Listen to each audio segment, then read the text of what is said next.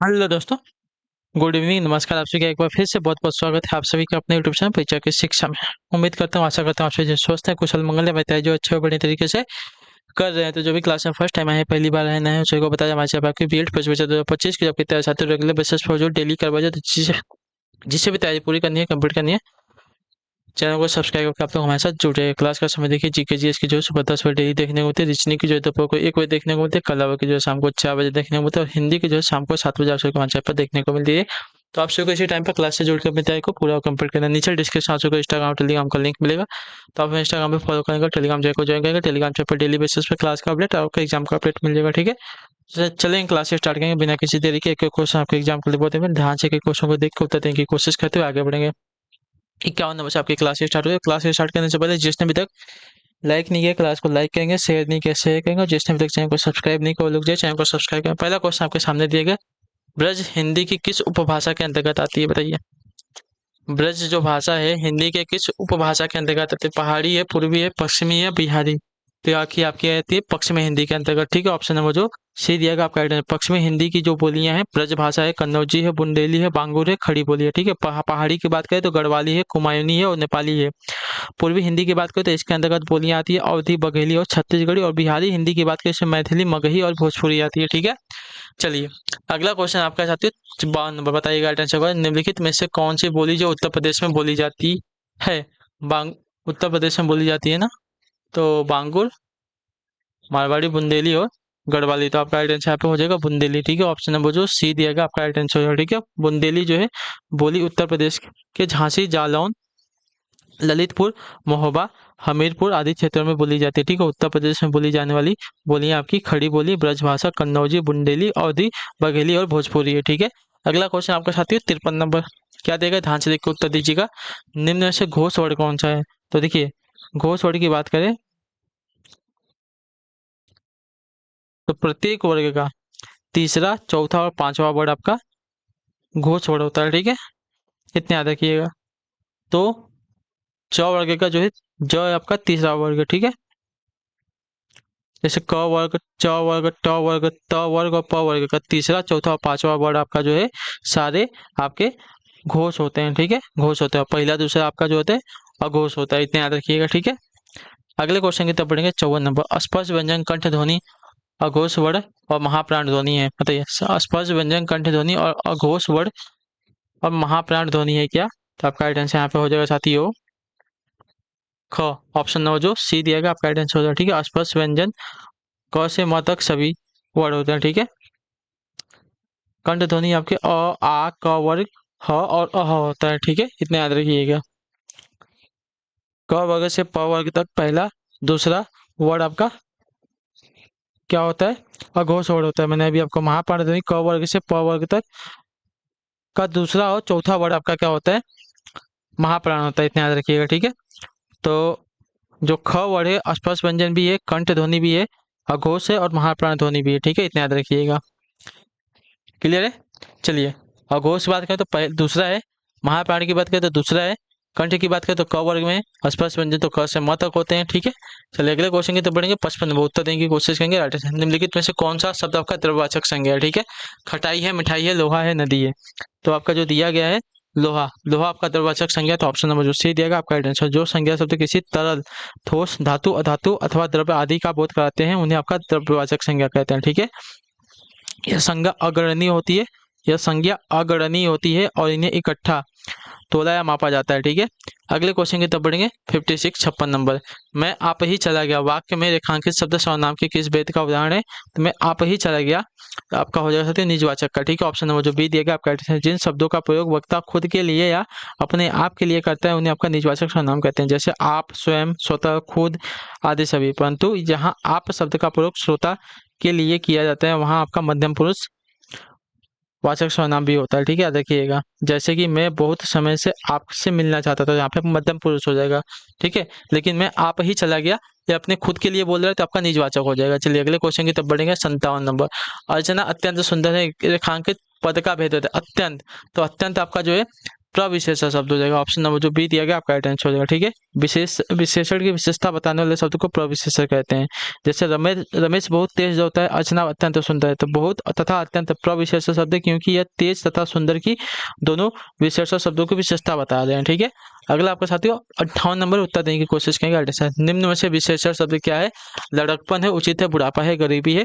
तो यहाँ पे आपका विशेषण शब्द देखा जाएगा तो आपका राइट आंसर यहाँ पे हो जाएगा उचित। उचित आपका एक विशेषण शब्द है। ऑप्शन नंबर जो बी दिएगा आपका राइट आंसर। जिन विशेषण शब्दों द्वारा संज्ञा और सर्वनाम के गुण, धर्म अथवा स्वभाव का बोध हो उन्हें आपका गुणवाचक विशेषण कहते हैं। जैसे उचित, नया, चौड़ा, चौकोर, पतला, नीला, बुरा, पाप आदि जो है आपके विशेषण शब्द है। लड़कपन, बुढ़ापा और गरीबी आपके भाववाचक संज्ञा है। ठीक है, अगला आपका साथियों 59 नंबर देख के उत्तर दीजिएगा राइट आंसर। निम्न में से प्रेरणात्मक क्रिया कौन सी? यहाँ पे उठना है, बतियाना है, गिराना है और टहलना है। तो गिराना आपकी जो प्रेरणात्मक क्रिया हो जाएगी। ठीक है, क्लियर से को जिस क्रिया से ज्ञात होता हो कि कर्ता स्वयं कार्य को न करके किसी अन्य को कार्य करने की प्रेरणा देता है, वो आपकी प्रेरणात्मक क्रिया कहलाती है।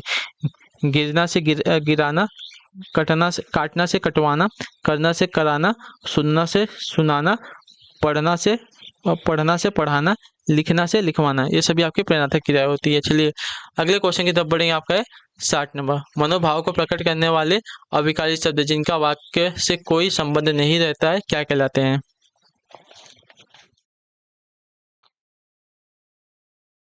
तो आपके कहलाते हैं साथियों विस्मयादि बोधक अव्यय। ठीक है, ऑप्शन नंबर जो सी दिया गया आपका राइट आंसर। जिस अव्यय से हर्ष, शोक, आश्चर्य, घृणा आदि के भाव वंजित होते हैं तथा जिनका वाक्य में कोई संबंध नहीं होता उन्हें आपका विस्मयादि बोधक अव्यय कहते हैं। जैसे वाह कितना सुंदर घर है, शाबाश तुमने तुमने दौड़ जीत ली, ये सभी क्या आपके विस्मयादि बोधक अव्यय हो जाएंगे। अगला है आपका 61 नंबर क्वेश्चन। हथियाना चिकनाना किस प्रकार की क्रिया है?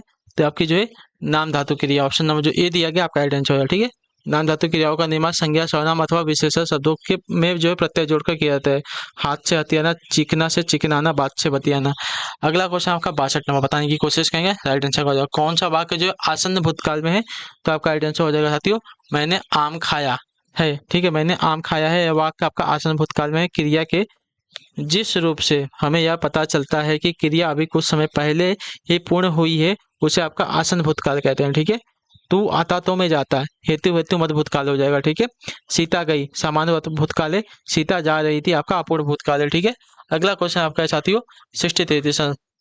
सालका सालाका का तद्भव क्या हो जाएगा? तो सालाका का तद्भव आपका सलाई हो जाएगा। ठीक है, ऑप्शन नंबर बी आपका राइट आंसर हो जाएगा। ठीक है, सांप का तत्सम आपका सर्प हो जाएगा। ठीक है, सांवला का तत्सम आपका श्यामल हो जाएगा। ससुर का आपका स्वसुर हो जाएगा, स्वसुर। चलिए 64 64 नंबर कौन सा पारसी शब्द है यहाँ पे? ठीक है, पारसी शब्द यहाँ पे कौन सा है? तो इसकी जलेबी है, समोसा है, चाकू है, बाल्टी है। तो यहाँ पे अगर देखा जाएगा तो समोसा आपका एक फारसी शब्द है। ऑप्शन नंबर बी आपका राइट आंसर हो जाएगा। ठीक है, जलेबी की बात करें तो आपका अरबी शब्द है, चाकू की बात करें तो आपका तुर्की शब्द है और बाल्टी की बात करें तो आपका पुर्तगाली शब्द है। अगला साथी आपका है 65 नंबर। उत्तर देने की कोशिश करेंगे राइट आंसर को। निम्नलिखित विकल्पों में से तत्सम शब्द का पहचान चयन कीजिए। ठीक है, तीखा है, अटारी है, आद्रक है, महावत है।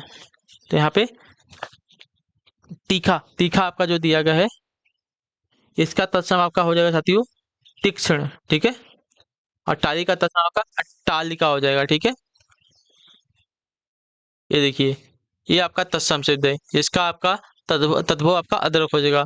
महावत का आपका महापात्र तत्सम हो जाएगा। ठीक है, चलिए अगला क्वेश्चन आपका साथियों 66 नंबर। उत्तर दीजिएगा टेंशन हो जाए ध्यान से। निम्नलिखित में से कौन सा शब्द आपका तत्सम नहीं है? ठीक है, यहाँ पे कपाट है, कदली है, कुची है, कुंभकार है। तो कौन सा आपका तत्सम शब्द नहीं है? तो आपका तत्सम शब्द आपका कुची नहीं है। ठीक है, ऑप्शन नंबर जो सी दिया गया आपका राइट आंसर हो जाएगा। ठीक है, कपाट आपका तत्सम है, इसका कीवाड़ तद्भव हो जाएगा। कदली आपका इसका तद्भव आपका केला हो जाएगा। कुंभकार का आपका हो जाएगा साथियों कुम्हार, तद्भव शब्द है। ठीक है, कुची आपका क्या है? तद्भव शब्द है। क्लियर होगा इसके बारे में? इसका कुर्सिका होता है, कुर्चिका इसका तत्सम शब्द होता है। चलिए 67 है, बताइएगा राइट आंसर हो जाएगा। निम्नलिखित में से किस शब्द में अ उपसर्ग नहीं है? अ उपसर्ग किस में नहीं है हमें वो बताना है। ठीक है, अनित, अभेद, अकथित, अनुज।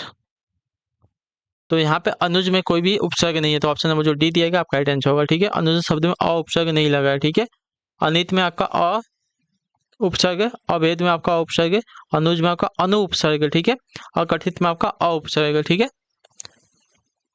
चलिए 68 नंबर बताइएगा राइट आंसर क्या हो जाएगा।